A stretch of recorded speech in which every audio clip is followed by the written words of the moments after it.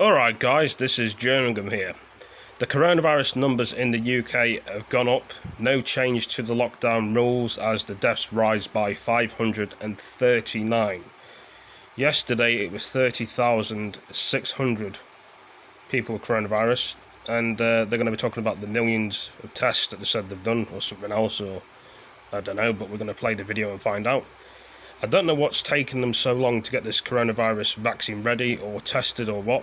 And they said they got to go through 5 rules to get it tested, and it's like they don't know how to do this vaccine, in my opinion. But anyway, what do you guys think and girls think about this? I'm going to play the video.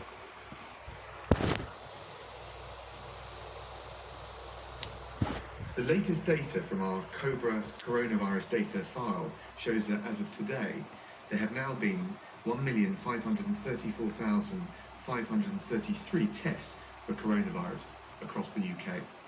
That includes 86,583 tests carried out yesterday. 206,715 people have tested positive. That's an increase of 5,614 cases since yesterday. Those who tested positive, very sadly, 30,615 people have now died, and my deepest condolences going up to anyone who's lost a loved one throughout this pandemic. 3 weeks ago, before the Easter bank holiday weekend, I set out 5 tests for the UK to move on to the next phase in this pandemic. Then, just as now, there were calls to ease up on the restrictions. But as the science made clear, we couldn't responsibly do that. In fact, the advice from the group of scientific experts, SAGE, who advised the government, made it very clear that there weren't any changes at all that we could confidently take without risking a second peak in this virus. That's why we asked the public to keep going. We weren't done yet. We said stick to the plan, and the British public kept going. People stuck to the rules. That meant working from home, it meant worries about money, it meant adjusting to homeschooling, time apart from family and friends, and just not doing many of the things that we all enjoy in life. At the same time, there's been a lot of people who, despite their own personal sacrifices, have gone the extra mile. They volunteered to support the elderly and the vulnerable in their community, who have been shielded themselves away from the virus. And each Thursday, of course, we now come together to applaud the NHS staff and the carers, the people who just kept going to keep our country going. And because of that monumental effort, we've now passed the peak of the virus. The NHS hasn't been overwhelmed. We haven't seen hospital wards overwhelmed with patients, people left without hospital beds, people left without the ventilators that can mean the difference between life and death. Now, I know the tragic death toll in this country and around the world has been sobering for all of us. And there have been real challenges in this country with PPE, with care homes. But in this first stage of the fight against COVID-19, through this national team effort, we've prevented the number of deaths rising to even higher levels, and we've ensured, critically, that the NHS had the capacity to cope. Today, Cabinet was updated on SAGE's advice on the progress that we've made today. And as a result of the social distancing measures that we've put in place, the R level, which signifies the rate of infection, is now between 0.5 and 0.9. The overall number of new cases has been steadily falling, and the rate of deaths is also steadily falling. Now, just to be clear about what all of this means in practice, the virus is not beaten yet. It remains deadly and infectious, and we are working very hard right across government and with local government to bring it down in areas of concern, like in care homes. And I'm confident we can do it, and we will do it. But because we held firm 3 weeks ago, we are now in a position to start to think about the next phase in this pandemic. So this weekend, the Prime Minister will set out the next steps which we can responsibly take over the following weeks, guided by the scientific advice and mindful, as we've said right from the word go, of taking the right decisions at the right time. Now, we can start setting out how we will live and work whilst maintaining the necessary social distancing rules. We can also be clear about those measures which are still necessary to prevent a second peak. The Prime Minister has been directing ministers and our teams of officials right across government to carefully develop a roadmap for the next phase.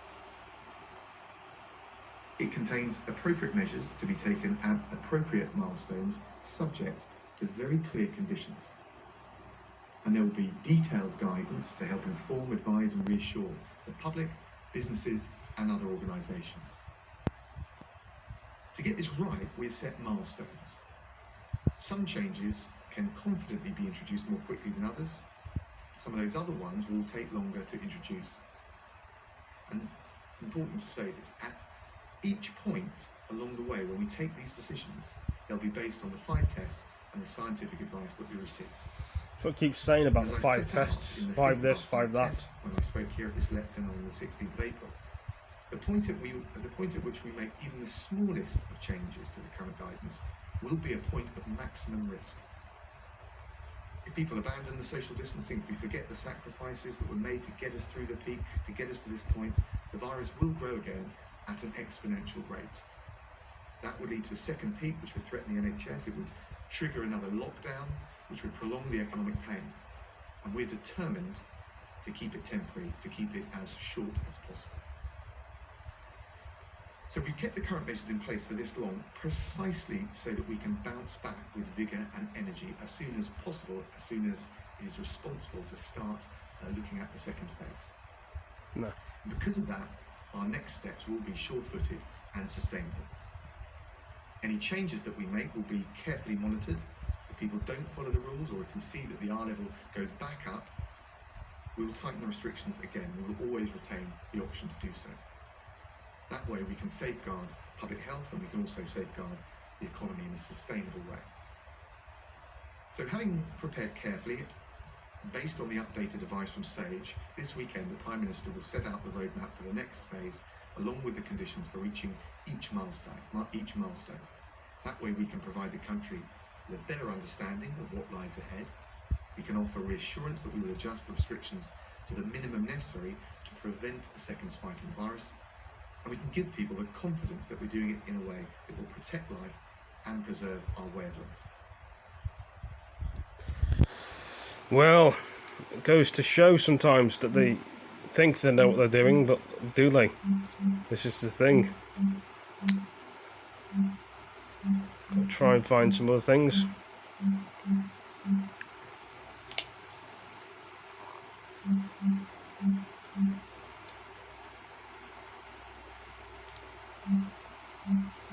I'm going to go for Gordon Brown's speech as well. Just give me a second.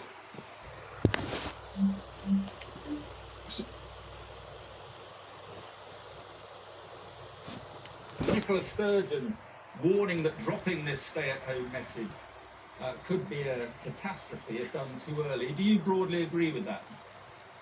But this is my point. It's addressed to both Boris Johnson and it's addressed to Nicola Sturgeon. Whatever you do in the future is dependent on whether you have got some protection for people, and that means you've got a test. And my complaint is, in Scotland, as in the UK, only 1.5% of the population have been tested for this virus. That it's difficult to end the lockdown, but it's also difficult to give people reassurance, and it's going to be difficult to get the rate of infection down unless you can assure yourself that people have been tested and are not carrying the virus. And both the Scottish Government and the UK Government are failing to do this. And it's become so obvious to me, because I haven't wanted to speak out in criticism. I've wanted always to be constructive. But if you have old people's homes, as we have in Scotland, and half the deaths are coming out of old people's homes, and in half the old people's homes and more, there are people with this disease, if you don't test people until after you've got a case, then you are simply trying to solve a problem after it has been created. You've got to have proactive testing, it's got to be preventative testing, it's got to be regular and routine. And to be fair to every care worker, and to be every resident, to be fair to them, and also to be fair to people in the health service, we should have routine testing. And before Boris Johnson makes more announcements, and before Nicola Sturgeon does anything else, she should address, and he should address, the failure to test enough people so that we cannot be sure who has the disease, and we cannot be sure because symptoms are being carried that are not obvious to people, and people are infecting people without us knowing it. Right, so and just to be clear, you're saying not enough testing yet for Boris Johnson to ease the lockdown at all, even slightly? I think both of them have got to address this problem, that you cannot reassure the public. You're asking people at some point to go out and make contact with other people, but you're also trying to get the rate of infection down. If you're not testing sufficiently, and remember the chief medical officer, the chief scientific officer admitted that not enough testing had been done at the beginning.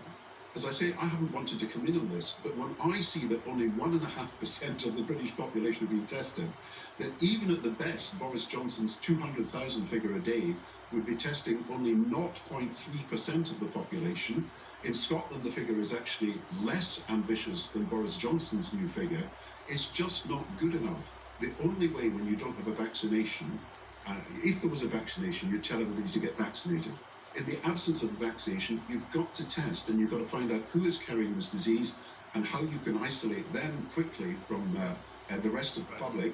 But of course, if people are staying at home and don't have the disease, then you can actually test them and they could get back to work. Right, but I mean, if you believe the papers here, like headlines like Happy Monday, and you know, a sense that there is going to be a slight easing even from Monday of the lockdown. You think that could be a reckless way to start things, do you? Mark, you're getting obsessed about a story that has not even been announced yet. It's all speculation.